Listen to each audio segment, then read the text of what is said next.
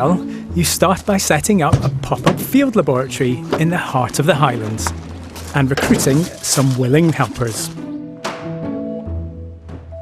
These are my assistants. I've got Victor, the midge wrangler, to help me trap wild midges so that we can study them. We'll be getting down and dirty with the midges, getting some larvae emerging up. Vicky to help handle the midges in the laboratory. I'm just general lab expertise, that's me.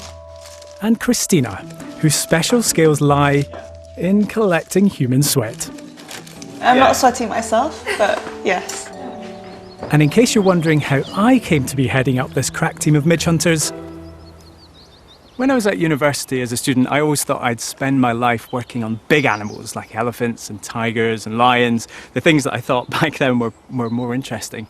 But then I had a lecture on insects, and in particular, it was on the Scottish biting midge, and I was hooked. I thought, how can something that's so small, 2 millimetres in size, wreak so much havoc, not just in the UK and in Scotland in particular, but right the way across the world?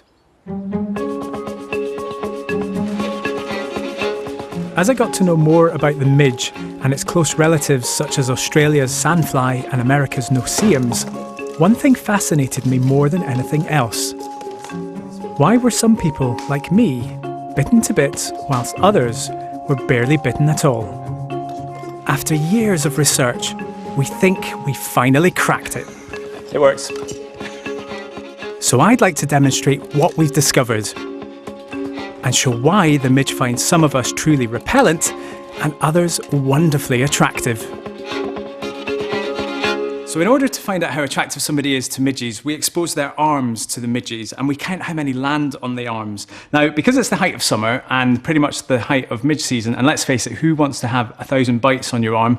We actually protect the arm of the volunteer by using a pair of these, which is, yes, it is a pair of ladies' stockings. This is real science, believe me.